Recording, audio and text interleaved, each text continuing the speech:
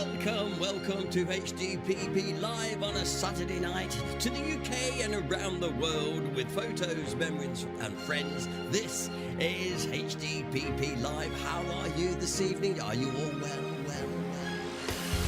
Hinckley District has been present for you, meeting friends old and new.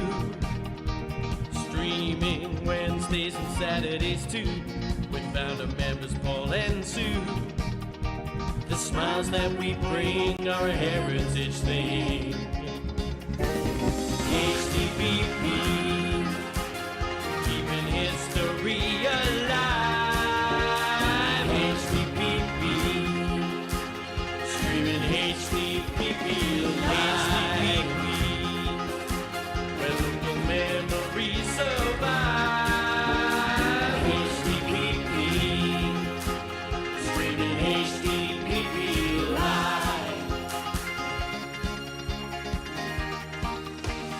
Film clips, photos, memories and friends helps a dreary night go by. We're in Hinckley, six of the best, stupendous, quizzical high. The smiles that we bring are a heritage thing. HDPP, keeping history alive. HDPP,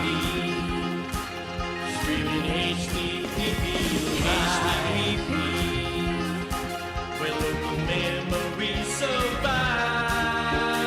HDPP, streaming HDPP live. Let's take you back in time. A community affair. We'll take you for a ride. Henson's cab will take you there. We're making history. HDPP, chat room applauses. History supporting local causes. Streaming HDPP live. Betty is our queen bee. The sweetest honey candy. Dangerous Den here again. HDPP live. Hey, you know we keep it HDPP.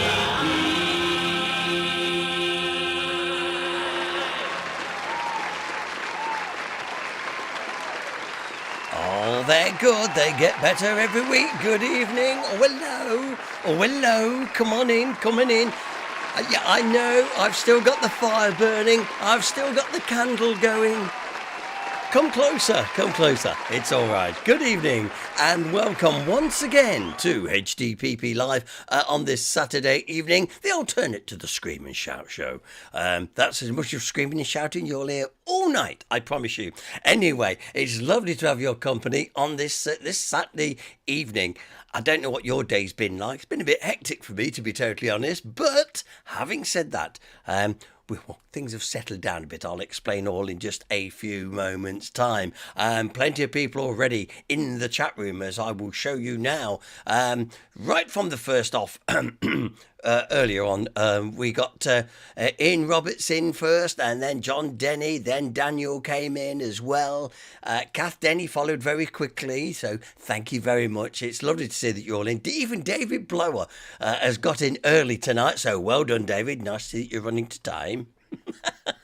And even our Steph's here tonight. I know I thought she would be stuck in the Scream and Shout show, but no, she's here, so I'm pleased about that. I'm not worthy hardly. And also Dennis Perkins here with a Kiwi. All you lovely people, absolutely. The Starnboroughs are here. Lovely to see David and Alexandra earlier on at St Mary's Church when we was down there doing our scanning session today. Ian Roberts said, I just got distracted from playing the Righteous Brothers. Well, there you go, look. You can see all that. Steve's here. Hi, Steve. I hope you're feeling a bit better as well. Apparently you're a little bit under the weather.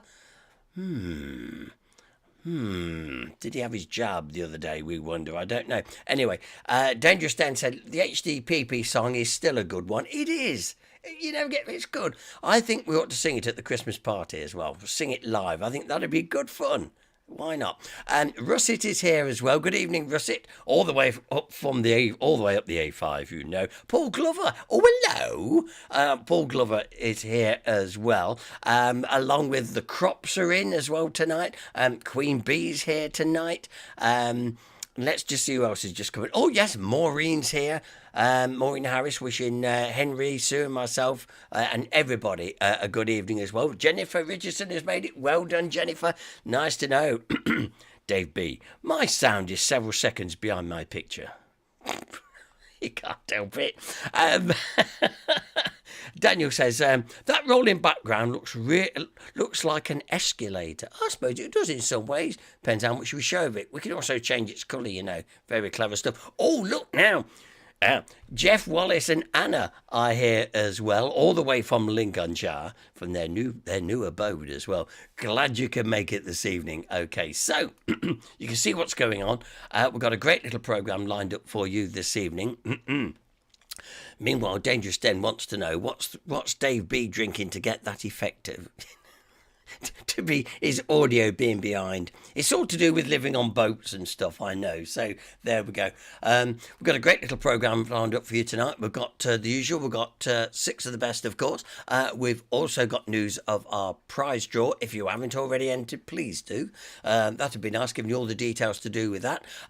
We've also got a little bit of film about Dadlington. We're off to Dadlington tonight. You're going to like that one. And then we're off to Market Bosworth before our nosy as well. So we've got quite a little bit to get through. Being a busy week as it has been for yours truly, one thing and another. The other night we had a meeting of committee, the fundraisers of HDPP, all gathered around Queen's Bee's candle. She took it out when we was ready. Amazing, because she wasn't going to put the heating on, but she did light a candle for us. And we was having a meeting, deciding what we were going to do over the let's say the coming weeks, particularly with the Christmas light switch on, which is coming up in about a month's time. It seems incredible. Yes, I know it's November, but they do it November. Don't ask me why. I don't know. It's far too early in my opinion. There's that and a few other bits and bobs that Hinckley District past and present will be involved in, plus plans. I can't believe I'm talking about this in October. Plans for the HDPP Christmas tree as well in St Mary's Church. Oh my word. It's exciting times. Jeff Wallace says, anyway, it's nice to have a sit down. I spent the day decorating. I know a joke about that, but I can't say it on here, which is a bit of a shame, really. Jack Kirby's here. Evening. I've been looking at train times. Where are you going? Where are you going, Jan? That's what I'd like to know. And Jennifer Richardson says, we're knocking walls down, Jeff. Say it, yeah. I'll raise you a wall and I'll knock your garden wall in. It was a busy night, though, as Jan rightly said. So, okay, first of all, let me say thank you to our sponsors, of course, of HDPP. It was lovely to meet Jamie Hunt from Brookfield Science. He popped in today. He needed some scanning doing, and he's also offered some services to us from Brookside. Thank you very much, Brookfield. So that's nice, and we thank everybody for their ongoing support, because it really does mean a lot, I can tell you. So we were scanning today, as you know, in St Mary's Church. And, of course, we're telling lots of people who may be joining us for the first time that we've got lots of goodies. DVDs, mugs, keyrings, caps, tea towels, posters and all sorts. And, indeed, now we're even offering the book by HDPP member Lynette Lee called Slipping Away. Great book. And Lynette, we're organising a signing session where she will sign the book for you in Jaspers at the beginning of November. We're doing that, but I will keep you informed about that. A great book, absolutely, every time. So it is, to be sure. Talking of St Mary's, let me just bring to you 2 dates. 2 weeks tonight, or 2 weeks Saturday, today that is, I'll be presenting an afternoon of old pictures and films, so that'll be nice. That's taking place down at St Mary's. It's an afternoon session. All proceeds go to the church. It's going to be a lovely afternoon. Looking forward to that.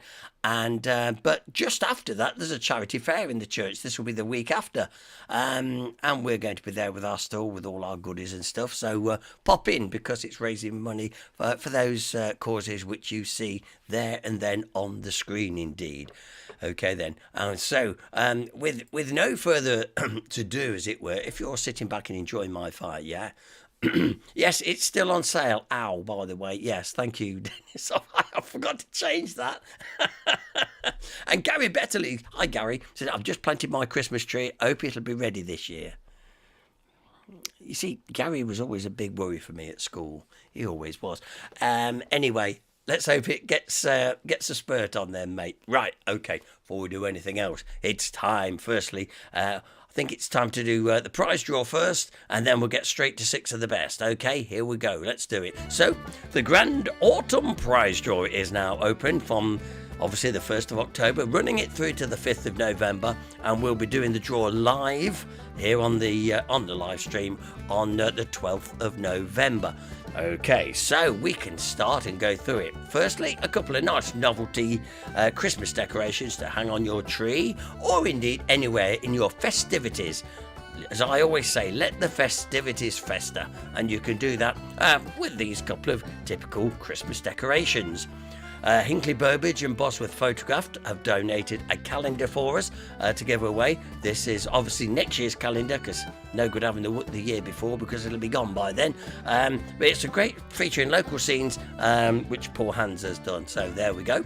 A clock, a beach clock I could call this if you like. Got a lovely picture of a long distance shore somewhere, looking ideal. Another great little prize here in our prize draw. Russet crocheted this lovely blanket. The last one she did for us was superb, and this one is no exception. So thank you. It could be yours. A desk tidy set, yes, in the shape of a Volkswagen, yes. And I know that Carol wants this. Well, she'll have to. I don't think she's. I think she has entered the draw. Yes, she has. Whether she'll be lucky enough to win this or not, I don't know. But we will see. A little desk tidy. A 4 DVD set of David Attenborough, the broadcast god of natural wildlife, of course. That could also be yours. And bear in mind, this could double up as Christmas gifts. So even if you can't make use of it, I'm sure you'll find a member of the family that can. And here's the gift vouchers, just to give you an idea. We've got a couple of Asda gift vouchers. We've got a Bowden gift voucher. I think that one's £50. And the Musketeer card. One for all and all for one. Yes, it's one of those things you can spend in a lot of stores. So there you go. And there is 4 gift cards to be won this year. Okay then, 2 nice, you've been framed, I always like to say with this one. 2 lovely plain white frames. Always make use of a good picture frame, no doubt about it, I can tell you. There's so much I could say about this one, but I can't. I like this. I like doing this too much. It's just a fabric pin cushion kit, but there's so much I could say, but I can't.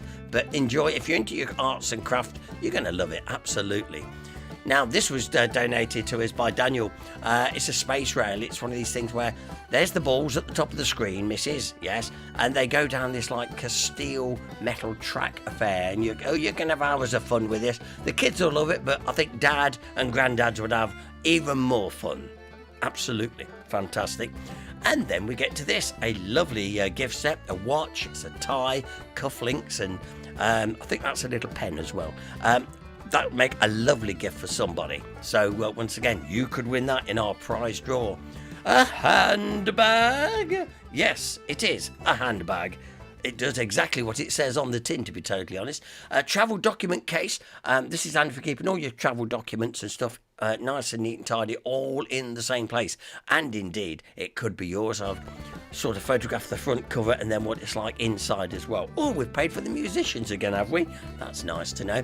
We have £50 donated as a second prize, kindly donated by MI Installations. Thank you, Mike Jan of MI Installations. Much appreciated.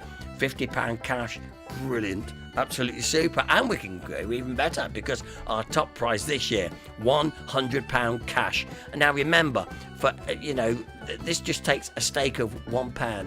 Somebody who is going to buy a ticket is actually going to win £100. So there we go. Now let's give you the details. Now for every £1 you donate, that's how much we think a ticket is. So for every £1 you donate, we'll put a ticket with your name on into the draw. There's the details. You can do a bank transfer to HDPP. You can also do a cheque. Hinckley District, past and present. If you're local, you can put cash in an envelope and pop it through the door, but please don't send cash through the post because we can't be responsible for that, really. But remember to put your name in the envelope so we know who it's come from, please. And there's our address. That is going to be really, really good. Okay, so we'll go through that another time, probably before the end of the programme. Okay, then. So. In the meantime, while we've been doing that, you'll be pleased to see that Mary Blake has turned up and Clive's here, so all is well. Would anybody mind if I just have a glass of council wine? No?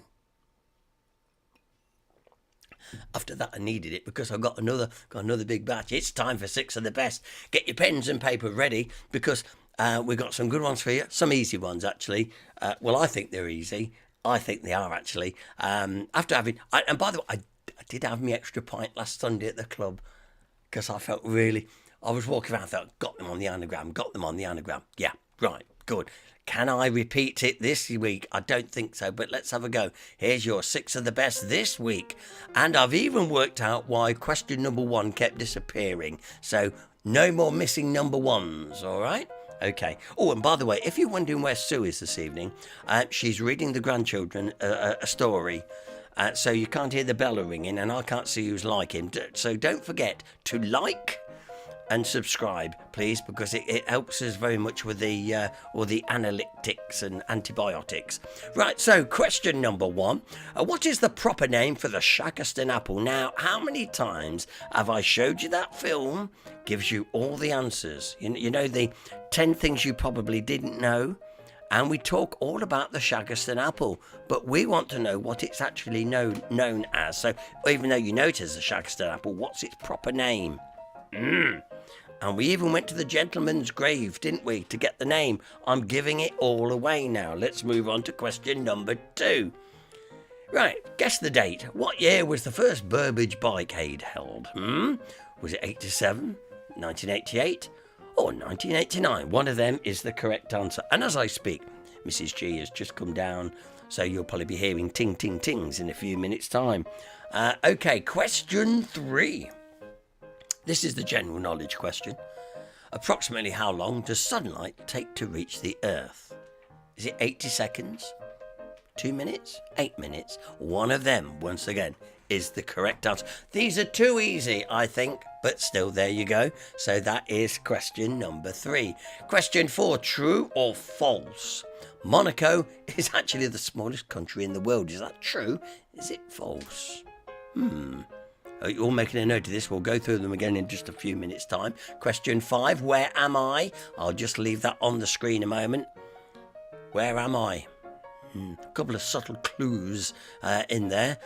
So we'll be coming back to this in just a few moments' time, but I'll just leave it on the screen just a few moments. Have a good nose there at it. Where am I? I'm somewhere in the district, but where am I? I'm not saying yet.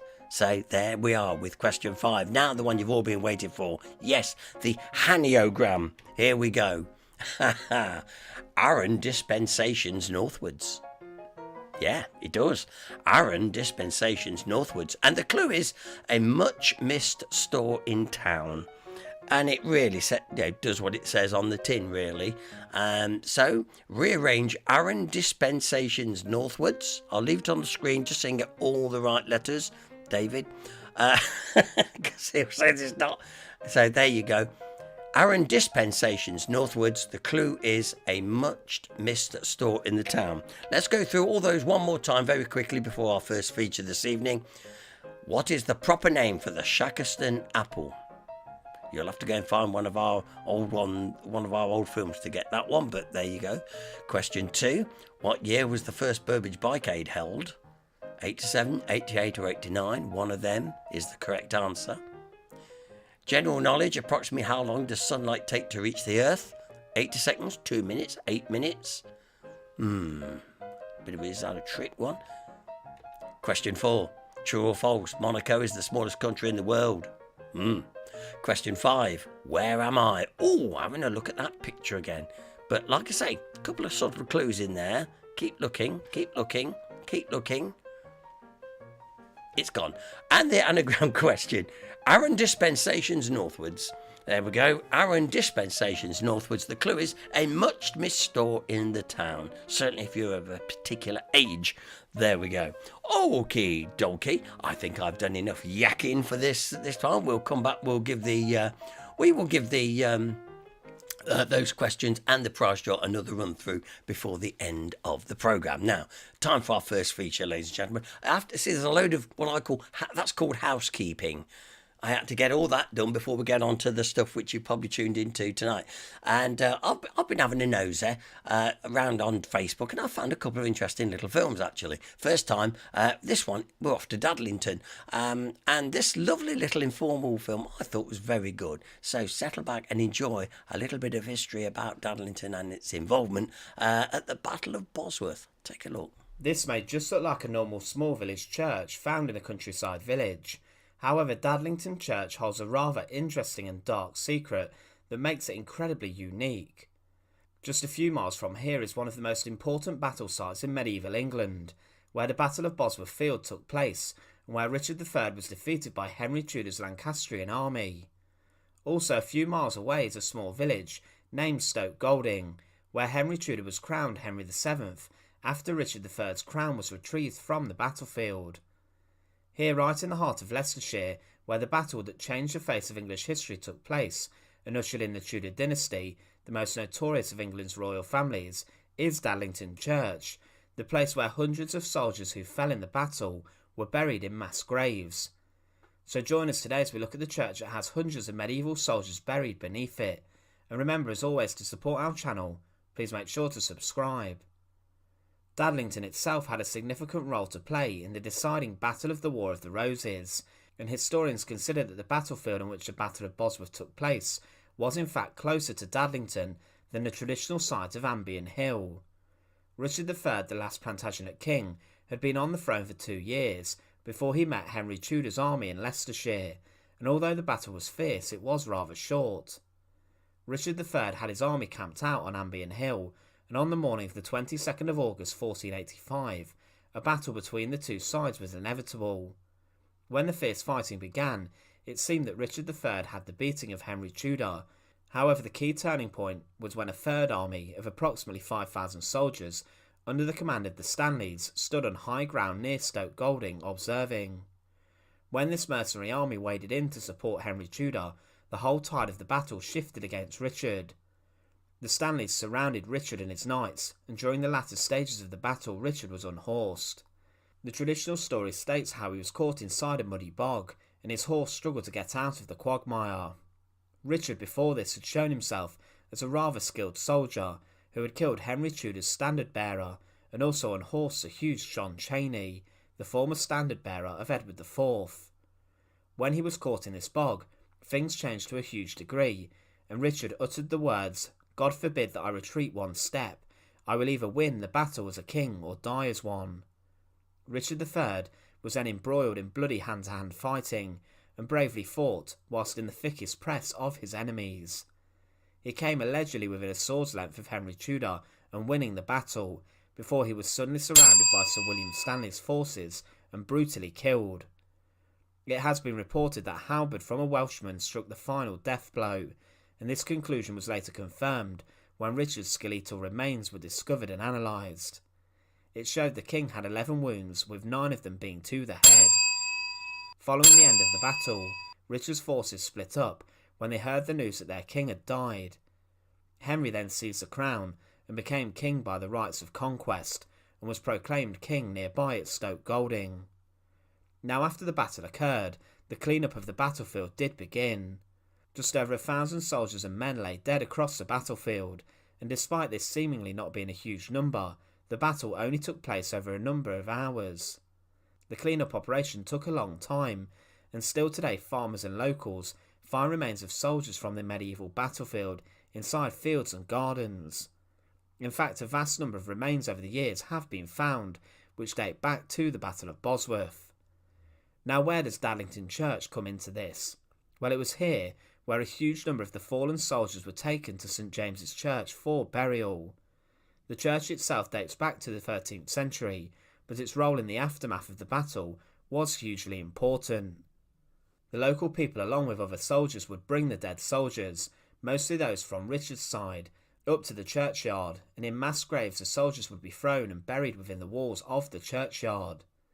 The churchyard of St James' Church in Dadlington would become the main site where the dead from the battle were interred inside of these pits, and today very small signs mark where those are buried. To bury a huge amount of dead bodies must have meant that the pits are incredibly deep, especially as today a number of more modern burials have taken place inside of the church grounds. St James's Church would be the only recorded burial site so far discovered from the Battle of Bosworth, but you can't rule out that soldiers were buried in other local sites too. Dadlington was very close to the battlefield, hence its selection and importance. In various different books and accounts, Dadlington is referred to as a burial site, and over the centuries discoveries of multiple skulls and bones have been reported. The discovery of these were witnessed by elderly villagers who still attended the local church. Interestingly, there were also a number of pieces of weaponry and armour unearthed in Dadlington and the nearby area, which also indicates the site had real historical importance. The location of Dadlington Church today has cast doubt over the true location of the battlefield, where the final episode of the War of the Roses took place. Many now believe, due to the discovery of artillery, bones and other artefacts, that the battle took place around the Fen Lane area, which today appears to be a few flat farmers' fields. The true site of the battle has caused much debate over the centuries, but today it's accepted that this is the location. A source from 1922 describes Dadlington as, "This town stands upon a little hill, having a descent every way. It is not far from Bosworth, and near to the place where King Richard III was fought. It is in the courtyard, whereof many of the dead bodies slain in the said battle were buried." Another source also comments how Dadlington Church is very old and simple, and there are no monuments to those who fell at Bosworth. In the 18th century, a local historian wrote how Dadlington is situated on rising ground, in a good and heathful air, and about 1 mile from Stoke, and the road to Bosworth, near to the ground where the memorable and decisive battle was fought between the houses of York and Lancaster. So Dadlington Church may seem to be a normal small chapel inside of a sleepy village in Leicestershire, but its story goes a lot deeper than that, for this was the burial site of so many who fell in the midst of battle during the Wars of the Roses. After the battle, Richard's body wasn't buried inside the churchyard.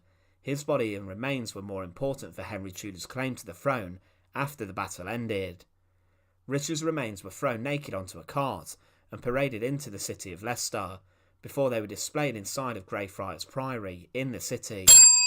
Richard's remains were displayed to ensure the whole population knew that their king was dead, and that the reign of one of England's most infamous kings was over.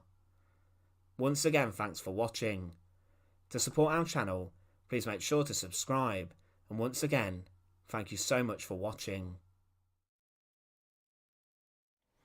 I think that's a fantastic little self-contained info. I nearly said infomercial, but you know what I mean, when it's all together nicely done. So you can find more on YouTube, of course.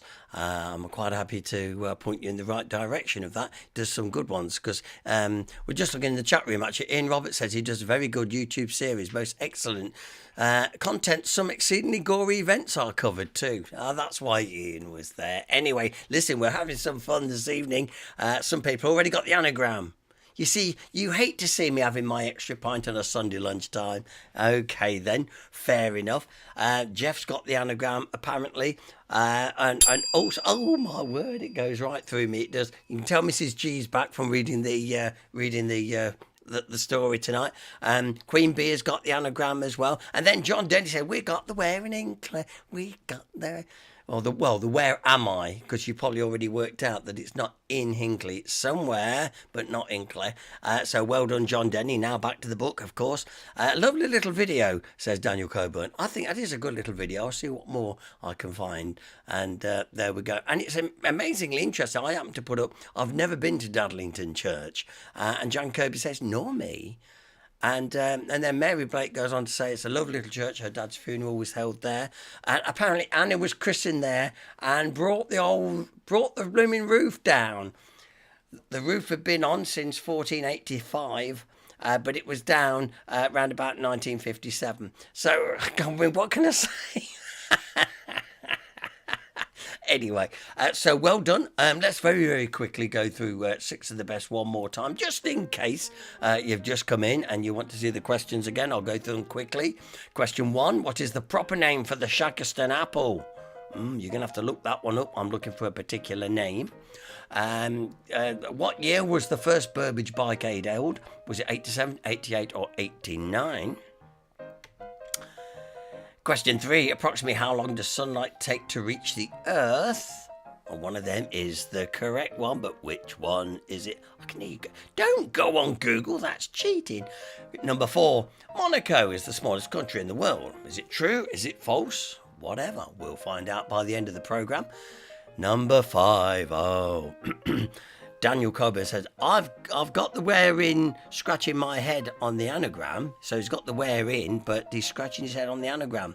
Where is this fine looking building? Couple of subtle clues in there. And of course, John Denny, him that knows just about everything except how to finish a book, he said claims to have it, so I'm sure you probably have. And the Enneagram. Aaron dispensations northwards. Quite a few people getting this now, apparently, but there's still room for improvement. I'm sure some more people ought to have another go. The Clue is a much missed store in the town, and it is. It's one of those stores which everybody's heard of. Everybody would have gone in it at some point. I can't say no more. Have a play about with that. That is your 6 of the best this evening. Now, but we've got a nosy to come. But before we do that, tonight I found another great little video. It's amazing what you can find by trawling through YouTube and stuff. And then I found this little thing as we're approaching Halloween and all that. I thought this is just right to put on at this time. No, Daniel, we're not looking for Woolworths. No, that ain't the anagram. You'll see. You'll find as we're in coming up to Halloween and pumpkins, and quite by chance, this I found from 1975. Take a look at this. And there's no sound at the very beginning, by the way.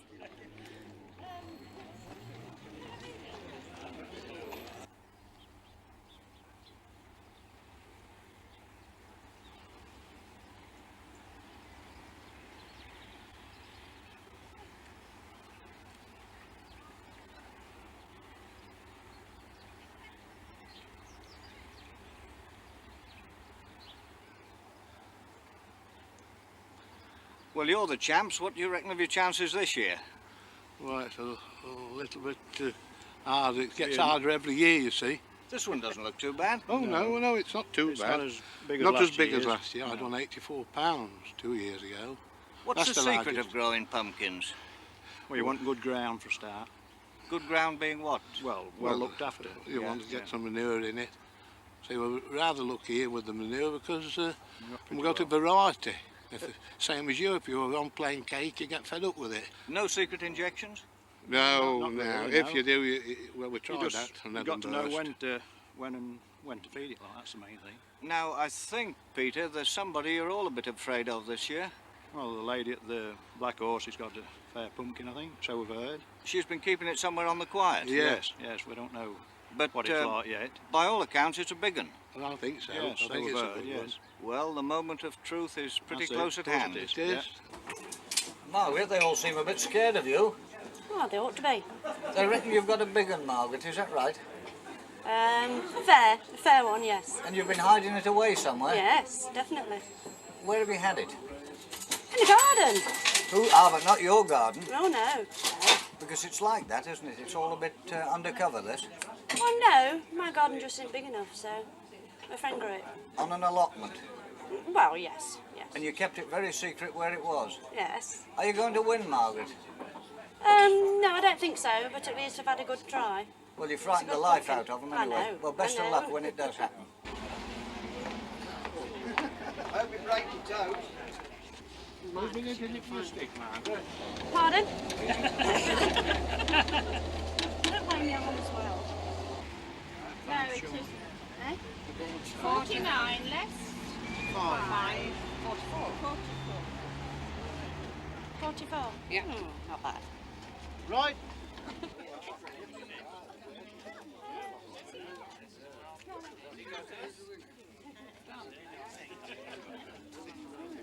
£61. Is that the biggest? Yes, that's That's the one. first prize one, the largest. What's the biggest you've ever had? 84 one. I can't remember. 84. 6 to 7 last year. How about quality? Well, you couldn't get better quality, could you, Peter? I don't know. No, that is perfect quality. Is it? Oh, definite. Well, what makes quality? Well, the shape of it and the texture of it. You see, that's ripe. You can't stick your nail in it. If you haven't got it ripe, you can stick your nail in it. Well, don't keep us in suspense. Who is the winner? Mr. Tom Hackney, the auctioneer. He grew it himself. He grew it himself on his own garden. You're absolutely sure of that? I'm perfectly certain of it. I mean, I know. Do they ever sneak them in? Oh, they do. We've got one snuck in this morning, but don't say whose it is.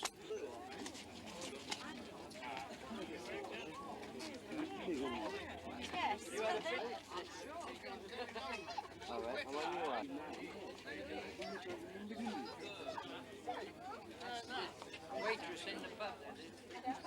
But this is the absolute This is genuine article. Genuine, grown by Mr. Hackney himself on his own garden. So this year's champion, Mr. Hackney. Tom Hackney. Mr. Hackney, you're an auctioneer. What would you take for this? As much as you'll give me. A good price. Well, you've won £15 That's correct. as first prize. Yes. But how much is a pumpkin? £61 weight?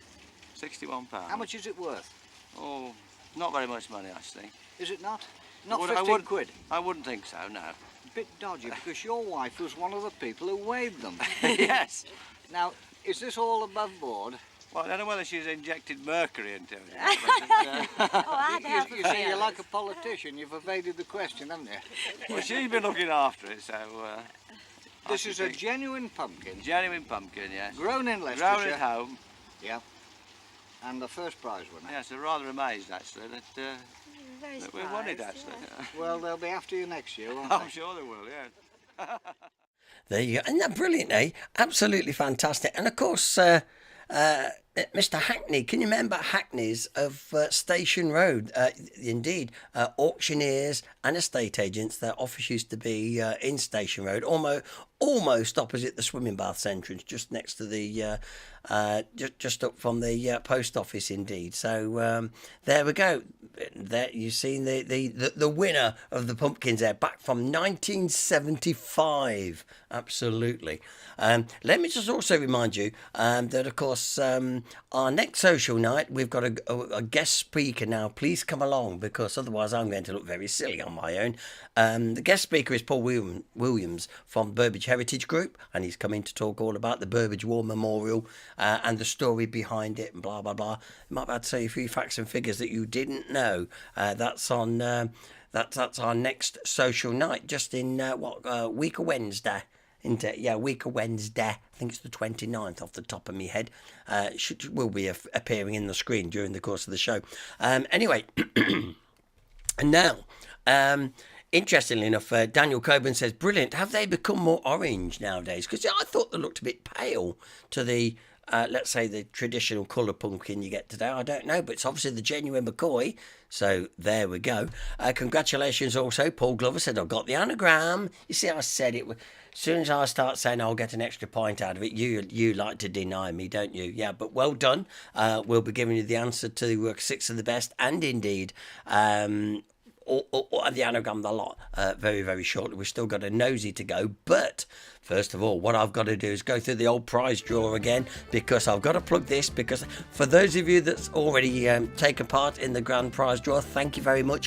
One of you is going to win £100, another one of you is going to win £50, as well as the great prizes that we've got for you. So have a go. It all helps our funds here at HDPP, so we can dish them all out in February to our local good causes. Here's number one, the seasonal decoration. They can go on your Christmas tree. You can hang them where you like, basically, at Christmas, missus. So there you go, a couple of Christmas decorations. A 2023 calendar by Hinckley, Burbage and Bosworth, photographed.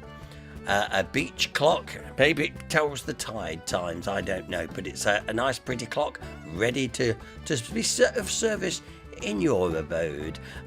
Russet made this lovely crocheted blanket, absolutely, it's so soft and comforting to have this, it really is. If you need a comfort blanket, look no further. Here's a desk tidy here. And like I say, our Carol wants this, but I hope she gets it, really. But there you go, a little desk tidy.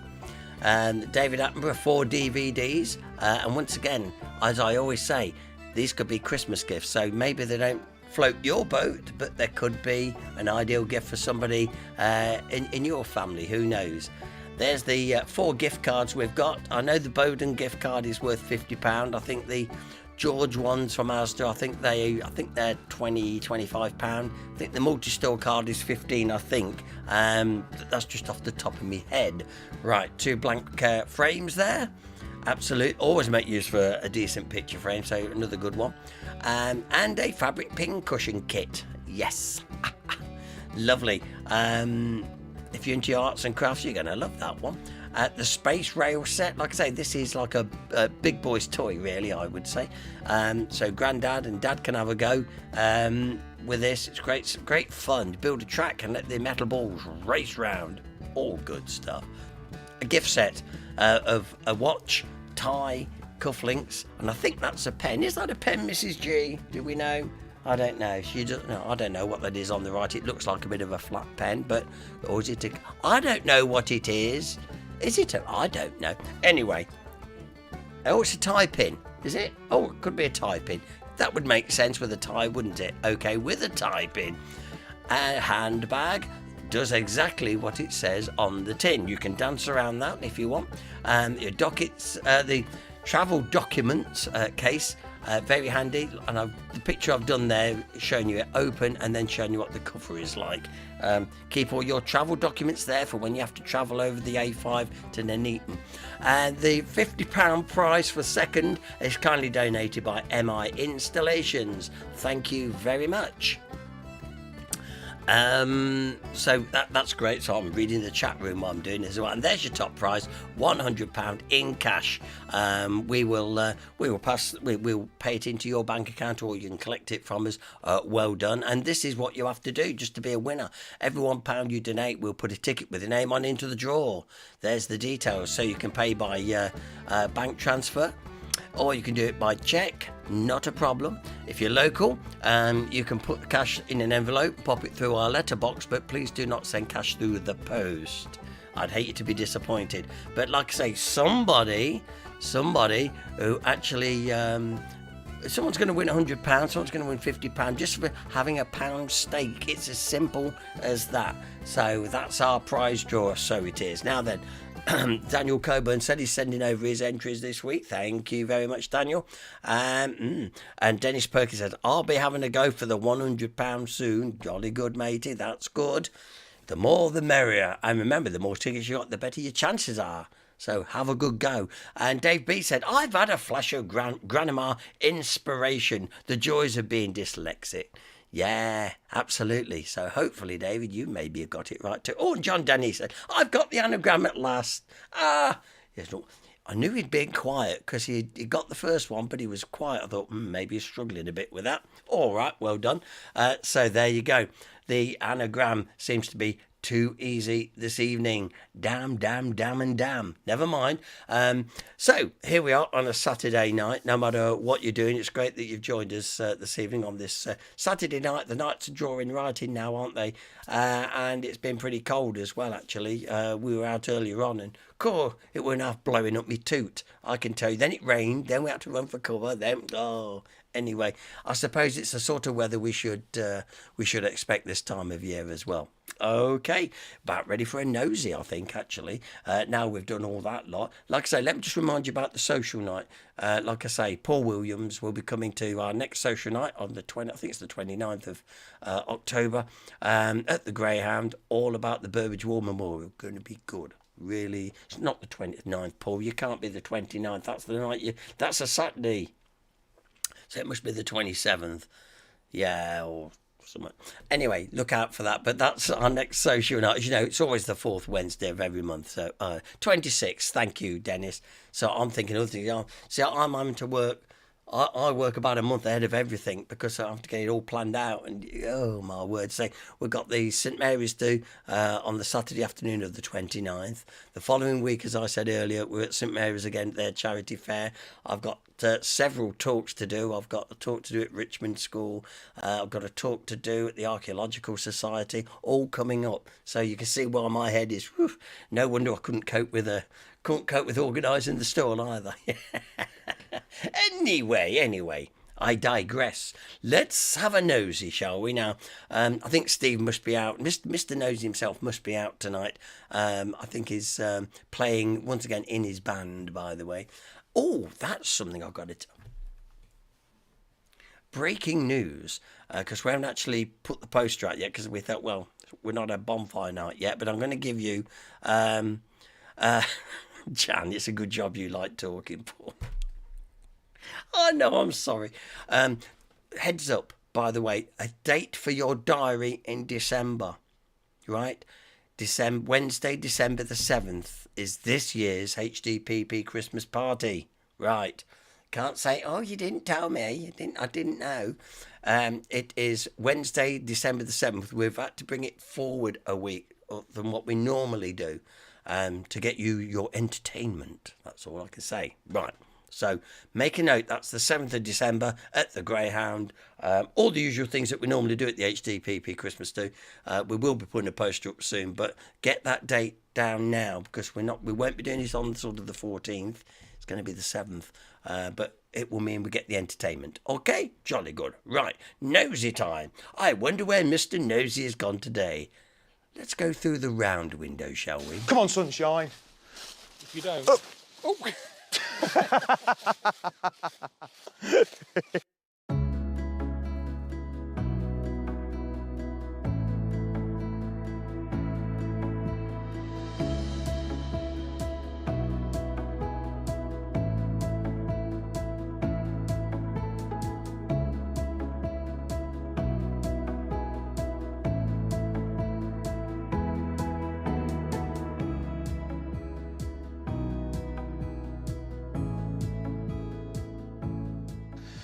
Bonnet de douche, David.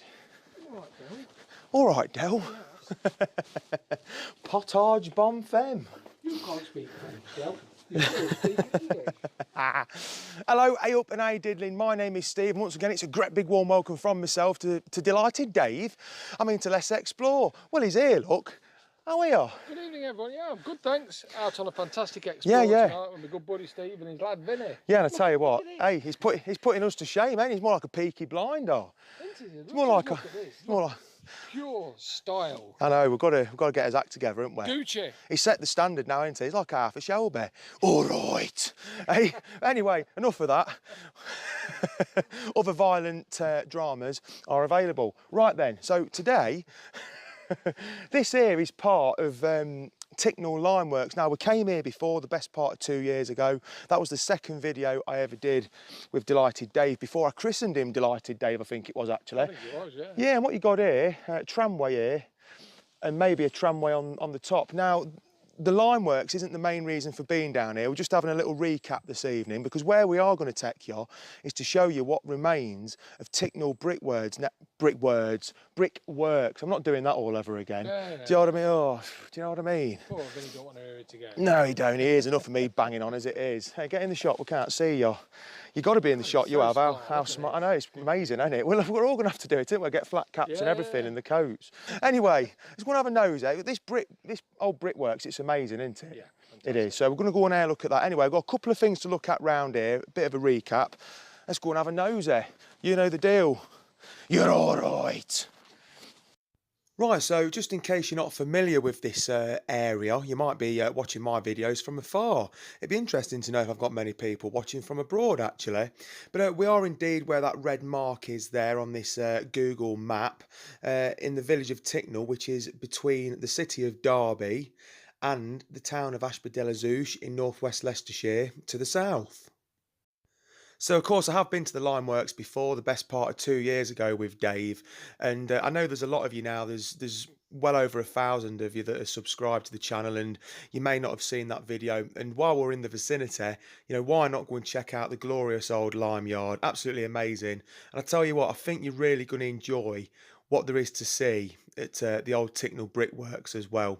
It's a fantastic place. Right, while we're at this little bridge here, or pass under, goes under, I just want to show you something quite interesting that I didn't notice before. Look at this, in terms of how they built this structure. You've got these holes here, look, all the way along. Can you see that? So, yeah, and on the other side, look. So, I've mentioned to you before about how they used to construct these. Now, the bottom of this is stone, and then it's engineering brickwork above. Now I think there was something in there, a piece of wood or something, all along here and all along the other side, and that's where they'll fix in the frame to, you know, they did it that way. So they fixed the frame at that point. There was something sticking out them holes to enable them to build that. Anyway, onwards and upwards. Right, so this then is the Ticknall Lime Yards. That's very iconic, that bridge.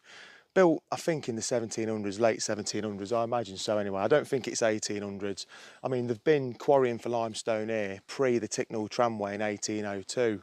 But I have brought you down here before. The second video I ever made with Dave, we went to the Ashby Tunnel, and this is one of the places we come. But I just wanted to do a recap down here today because, of course, we'll go into the Ticknall brickwork shortly. But amazing place, isn't it, Dave? Oh, fantastic. This is, like I said, this is just so iconic. It's fantastic, and you know there, I assume then, I'm not absolutely certain, there was a tramway on the top of that bridge and it carried on across originally. Of course, it's all gone now, but that is amazing, that is, to have that still there.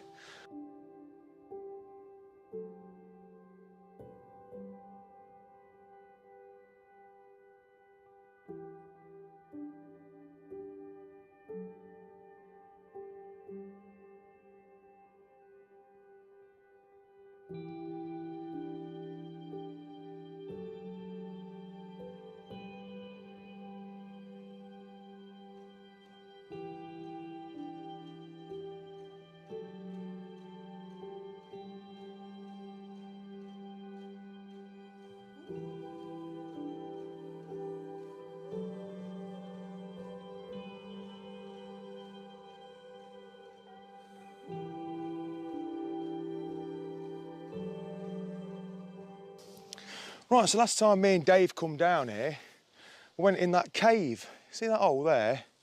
I assume that's been carved out by the hand of man. Of course, it is in a quarry, and I assume that they did go in there. It's not natural, is it? So we'll make us way down here.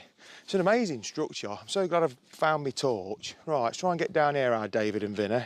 Yeah, looks quite relatively. Right then, so quite sensibly, our Vinny, he's decided to stay up there and left all the cave in to the old farts, hasn't he? But didn't notice that one down there before. We'll have a little look at that, but we'll go in this one, Dave, and have another look. This is the start of the journey to the centre. Yeah. Where are you going? Tripped over a tree root. Calm down.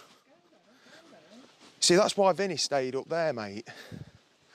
So, I haven't been here for, it's getting on for 2 years now, isn't it? Yeah. Is there? What a place. Right, let's get in here. And just look how flat the ceiling is there. This has all been extracted by hand, isn't it, Dave? And dynamite, I imagine. Yeah, it's got to have been. Yeah, so it doesn't... I'm going to have problems with my camera here, and I try and get it to focus. So it's quite popular, this is. There's a lot of footprints in here, including dog paw prints, so...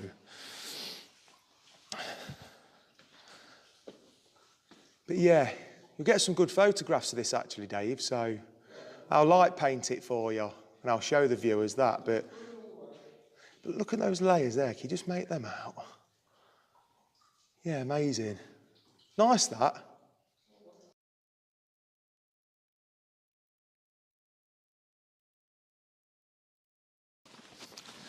Right then, so this is Sir Henry Harper's Lime Works. Amazing place, and the fact that you've got this as a local nature reserve to go gallivanting, it's amazing. So this here, above there, that is a tramway, same as down here, and this would have been a hive of activity.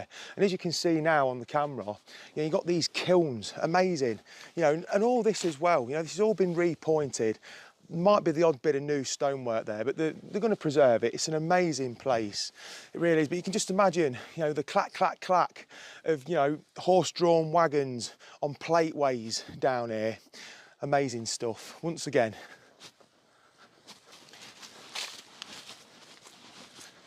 Right then, so this is the famous Hinckley tramway tunnel, and we've been here before, as I mentioned earlier. We've done all this before, but it's a recap. And this is not deep at all. It's a cut and fill, so dig the ground out, build the tunnel, then fill it ever again. And there's a good reason for that, because the main entrance to Cork Abbey is just above here. So of course they wanted this to be quite discreet. They didn't want to cut in and then a bridge going over. They wanted to do away with that idea and purely just have a tunnel. But if you go down in that direction, that takes you down to the brickyard where we will be going after this. Right, so when I first came into this beautiful tunnel, I didn't realise, because it actually narrows off up there. Can you see? It actually gets, the width actually reduces in the tunnel, and it's wide at this point. But that's purely because, you've got a tramway there where we've just been filming, and you've got that one that goes round to the brickworks area. And I think they used to do terracotta around there as well, didn't they, Dave? Yeah. I'm not certain on that. So that is purely why this part of the tunnel is wider here. And of course, you've got this concrete there to reinforce it, because you've got the driveway above. So they've wanted to preserve this. It's an amazing tunnel. And if I just take you up here, I'm not going to go all the way through here. There's a nice breeze coming through here. You can probably hear it on the microphone. But you've indeed got a very small shaft here. Like I say, they're not going to be big shafts, because, you literally, you've got ground level there, look. That is it. And you could just see another pool of light on the floor, look. That's the second shaft, so yeah, amazing stuff. Right, what we'll do now, we've showed you in that tunnel, and getting you a quick recap of that. We'll go down here and we'll get a sense over to this brickyard. What's the point in that? Autumn. Well, I know that. No, I just thought I'd throw the leaves off. You are daft. Delighted Daft Dave. So yeah, we'll go and have a look at this brickyard, because I've been down here before and I think you're going to love it. In fact, I'm pretty sure you'll love it. Come on. Come on, sunshine. If you don't... Oh.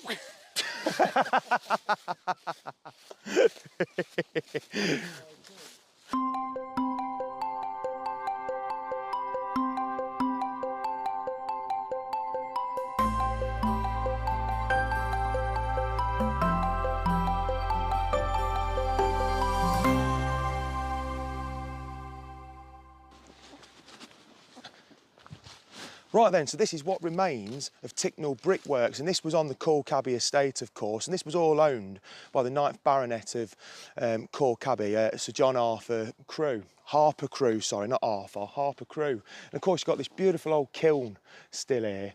I mean, just look at, I'll show you closer up in a minute, but the walls here are 1 metre thick. It's amazing. There's some really interesting things, including one thing that I find really particular, fantastic and amazing, just over there that I'll show you shortly. What do you reckon to this then, Arvin? Yeah, it looks great. I don't know anything about it. No, neither do I. That makes two of us then, like father, like son, isn't it? Anyway, I'm going to show you in this kiln, shall I? Come on, David. Beautiful old structure this is, Absolutely fantastic. That's the kiln, I mean, not Dave. Well, he's beautiful in his own right, I suppose, isn't he? But yeah, I mean, this is, like I say, look at these walls here. Good 1 metre thickness there, absolutely. And same with all kilns. You've got a number of stoking pits down here, look, that I assume were coal-fired. I'd have thought so anyway. Yeah, fantastic. It's a good 6 metre long, this, isn't it? Something like that, so very nice. And as you can see, the wall has actually come away here, and you've got these support rods. Can you see that? Met that out. poking through there. So you've actually got them here holding the structure together. So I assume they'd need these then because you've got intense heat within a structure like this when they're actually firing the clay bricks. So of course you've got the thickness of the walls, but just to make sure that the whole structure is going to stay intact for its longevity while you're in use. And in business up here, you've got to try and pull the walls together as best you can, haven't you? So fantastic that. Great bit of local history, this.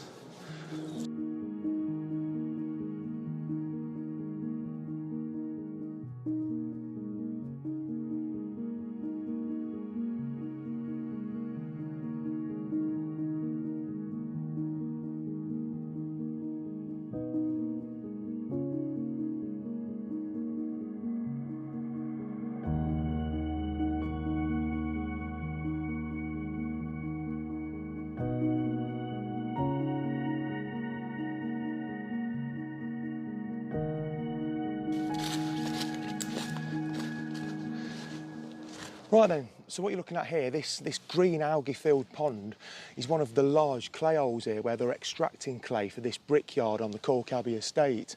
And just like every brickyard, I mean, there must have been hundreds, if not thousands, of small brickyards in the United Kingdom during this period. I mean, they're all over North West Leicestershire, and South Derbyshire is no different, up and down the country. And of course, where you're extracting your clay, you're building your premises to actually, you know, make your bricks with.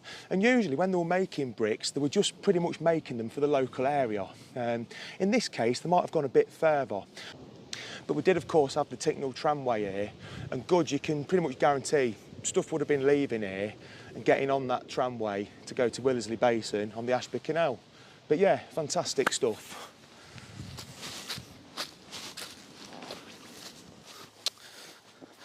Right, so what you're looking at here then, you've got these brick stilts here. Now I've just been showing you the kiln over there. That's to the left of where you're sitting now. And this, what you're looking at, this would have been some sort of drying room. So there would have been a roof on the top of here. Now each of these brick stanchions, if you like, these stilts, I don't know if they would have had some sort of wooden stilt on the top and then a roof joined on. Not really sure about that. This is the first type of this building that I've ever come across. I've seen plenty of them on old buildings, but I've never come across one kind of intact, so it's great to see. And what they've done, I mean, they've actually topped these off with mortar at some point. So whether there is a hole beneath each mortared off top to place a wooden stilt for a roof, I don't know, but yeah, amazing stuff. What a great find this is.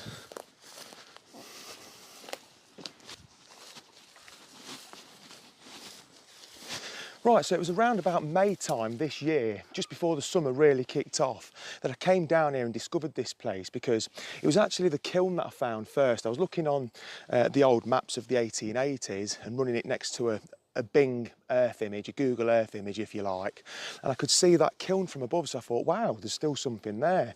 And when I came down here, yes, I mean, that is impressive, and the old drying shed's very impressive, but it was this that really caught my eye. Now, what you're looking at here, you've got two rollers, and what they used to do, the clay pits that you've already seen, they were extracting the clay from over there, bringing it over here, and they were crushing it through this, because when you're making bricks, you can't have the clay too wet, you can't throw it into a mould properly, or if they were using a brick making machine, which I'm not sure about, you can't have it too wet. You need a little bit of moisture, but not too much. And what a machine like this did was actually press the clay and press the moisture content out of it to enable them to make bricks. But the fact that this is still here is incredible. I've only ever read about these before, but actually seen this. So when I came down here and found it, I was made up, to be honest with you. But yeah, amazing piece of old equipment that. It's a 10 from Len.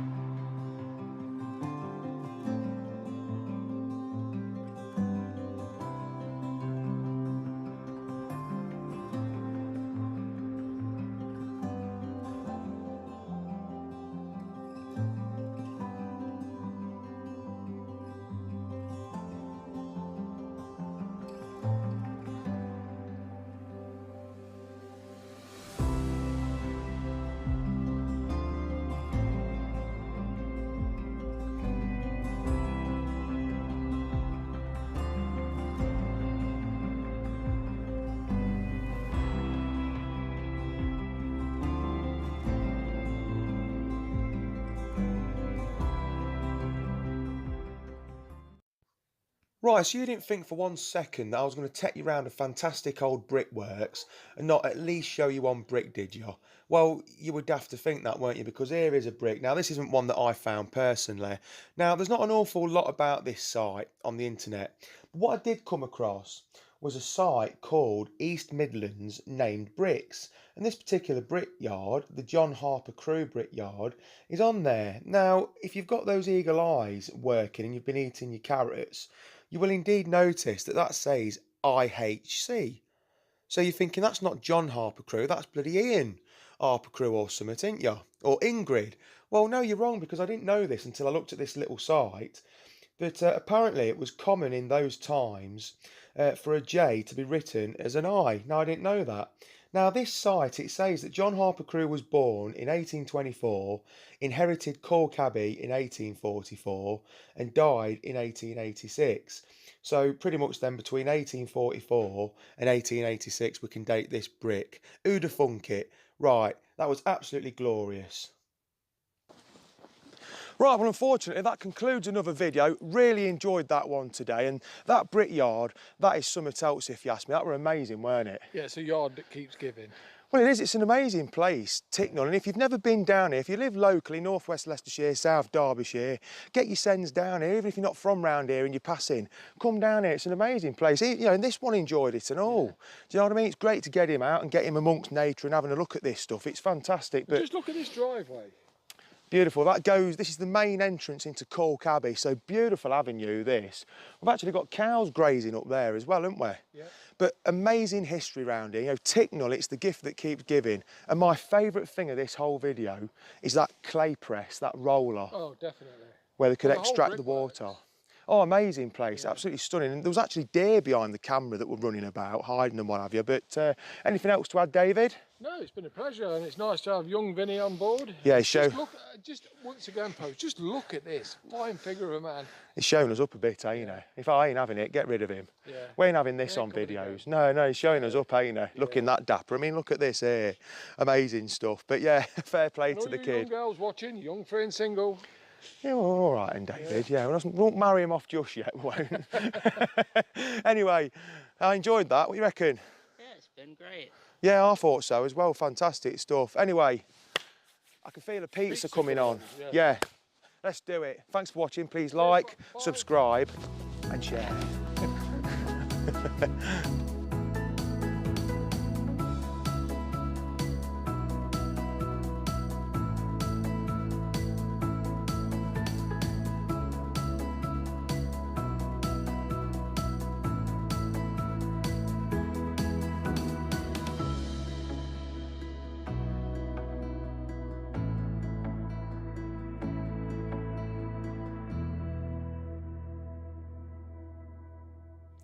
There he was, gone.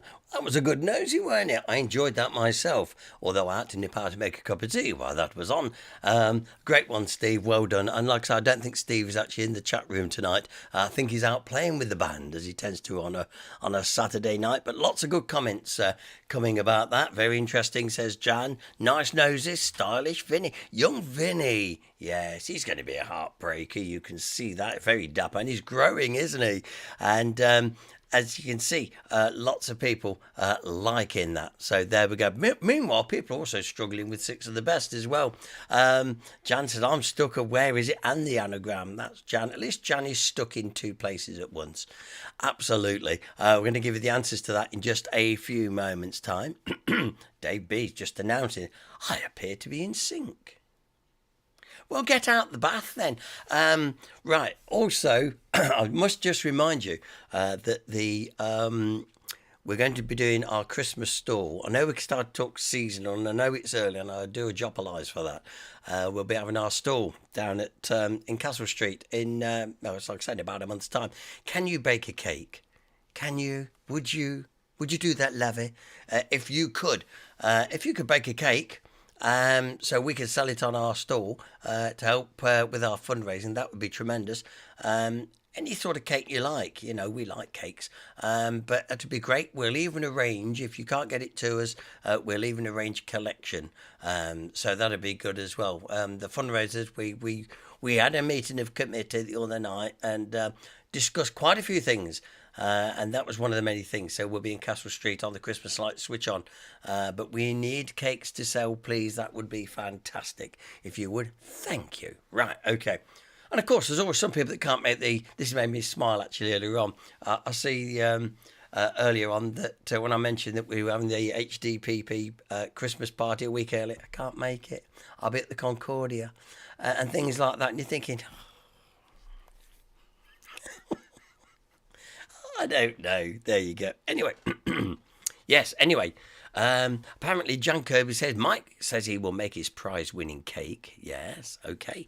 And Dennis says I'm going to ask Maggie if she will bake a cake.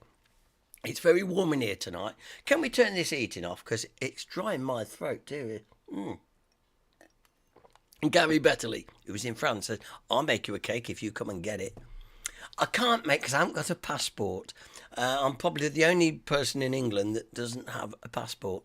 Never had a passport. Don't want a passport. But thanks, Gary, anyway. Right, okay. Let's go through 6 of the best. And then we're going to give you... Well, we'll go through it. So don't put your answers up first. Let me give the answers out. And then we'll see what your scores are. So... with 6 of the best we go. And question 1, I was asking, what is the proper name for the Shakistan apple? You should have the answer, Dumella seed, or the Dumella seed, or seedling. That will do, but the actual name I was looking for was the Dumella. Sometimes it's spelt with a double L or double M, it doesn't matter. So I was looking for the Dumella seedling. That would have got you that. So if you got that right, give yourself 1 point. Question 2. What year was the first Burbage Barcade? Well, was it 87, 88 or 89? Well, of course, quite easy really. It was in the 80s, wasn't it? It was actually 1987. 1987 was the very first Burbage Barcade. And you'll probably remember Eddie the Eagle coming to start it off, and then he did a wing walk. Yeah, bit awkward on a bike. Nice one. Okay then. Now, number 3 on the general knowledge. Approximately how long does sunlight take to reach the Earth? Was it 80 seconds, 2 minutes, or 8 minutes? Well, of course, we are talking 8 minutes. Yeah. 8 minutes it takes roughly for the light from the sun to get to Earth, because we're 93 million miles away from the sun, and that's how long it takes. So that's still pretty good. I'm sure you'll agree.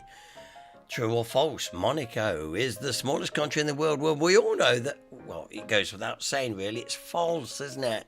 Yeah. Vatican City is the smallest country in the world, not Monaco. So we were saying false for number 4. Now then, number 5, where am I? Got to be careful now because I'm going to show you where we are. I said there are a couple of subtle clues there. Let me show you where one is. Here. You are here. We're in Barwell. I told you you'd know it. We're in Barwell, in front of the old Coe. By the crossing, look, there was some subtle signs there. I did say so. There you go. That's where we was where I was. So there you go. Question 6, the old Haniogram. We always like to do the anagram, and lots of people enjoying that. And Aaron Dispensations northwards, the clue being a much missed store in town. Yes.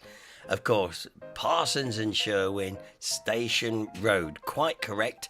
So now, using your honesty button, send in your scores. What scores have you got this evening? Has anybody got 5? Has anybody got 6?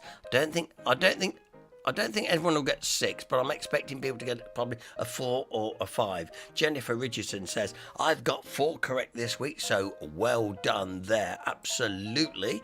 Anybody else? 3 for Daniel Coburn. Daniel's, yes, 3. David said, only 2 tonight. 3, says Jan. Dave B, 1 out of 6. Yeah, but you got 1, mate. You got 1. Well, and Paul Glover comes in. Paul, you want to be very proud. 5 out of 6 tonight. Queen Bee's got 4. Dennis Perkins only 2. Ah. Maureen says, you would think they're easy. You set the questions only 3 tonight. Well, she only got 3 tonight, basically.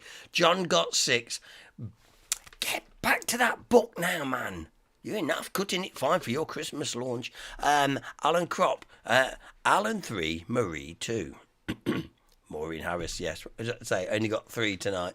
That's good, but you've all had to go. So, it looks like, yeah, old clever clogs, John Denny, he's got the 6 tonight, but he would have. But like I say, now let us all put in the chat room, get back to your book, John. So I want everybody that's watching tonight, get back to your book, John. Start typing that out. Jeff Wallace has got 3. Gary Bettley's got 1. Okay, come on. I want you all to type, because we're waiting 1 for Russet. I want you all to type. Get back to your book, John. If you will put that in the chat room now, it'll make my night. Go on, do it. Get back to your book, John. We want your book, John, yeah. Get back to your book, John. Thank you, Dennis.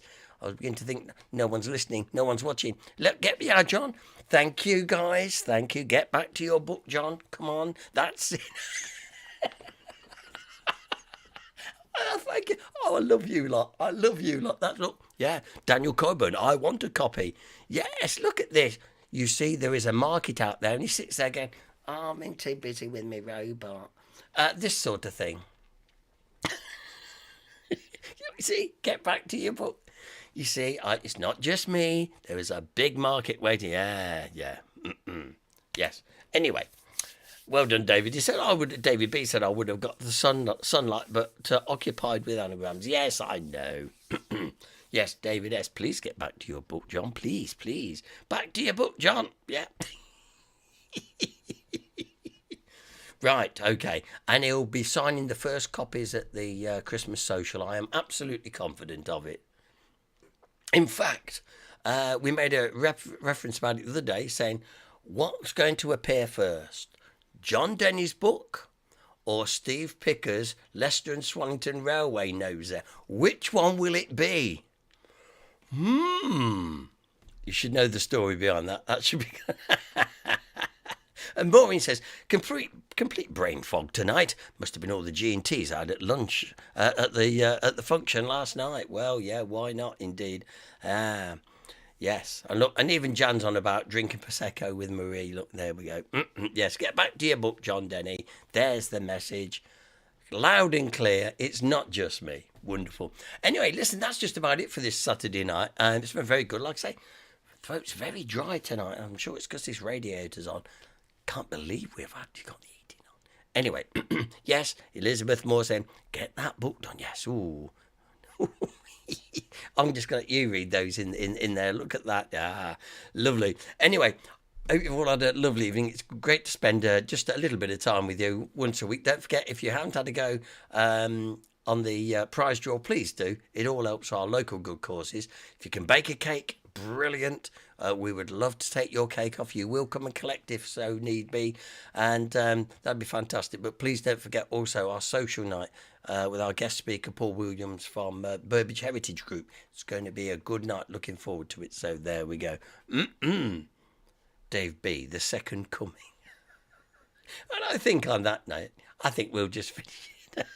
Thank you all, everybody. Take care. Remember to keep it live and to keep it HDPP. Good night.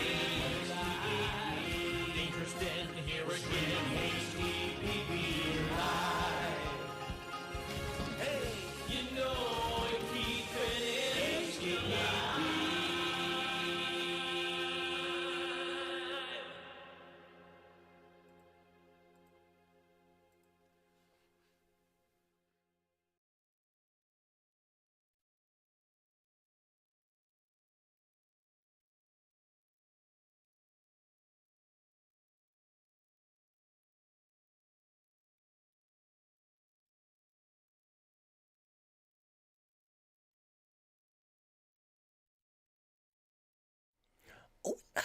Hello. Oh, hello. Don't shout it about. This is part of the programme we don't talk about. No. We keep it amongst ourselves, don't we? And the part of the programme where we just have a few dad jokes and send you to bed with a little chortle, a little laugh. And tonight, no exception. Got a few nice ones for you. If my voice will last, gone really, really dry. Pat Galloway. Sorry, I'm late.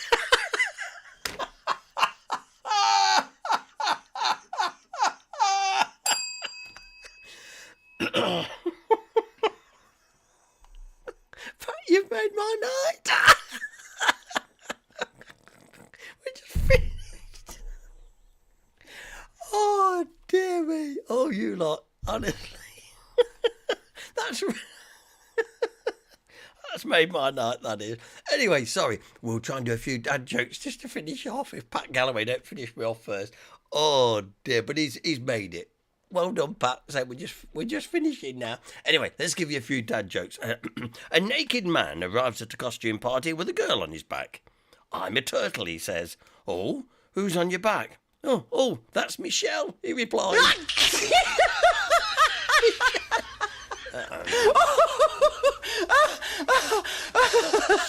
True, so we're off to a good start. Nothing ruins your Friday feeling like finding out it's only Thursday. It's true.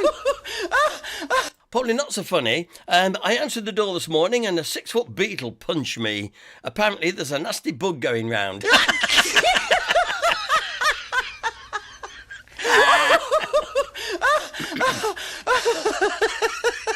Some bloke just said that he was going to attack me with the neck of a guitar.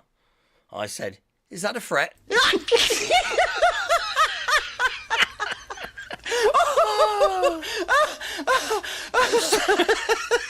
Thank you. Yesterday I saw a guy spill all his Scrabble letters on the road. I asked him, what's the words on the street?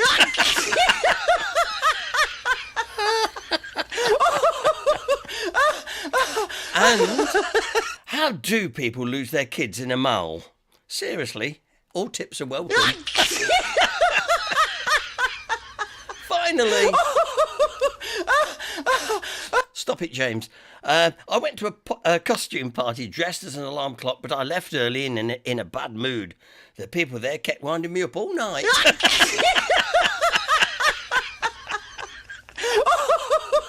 And on that, take care. We'll see you next week at the same time. Night, night.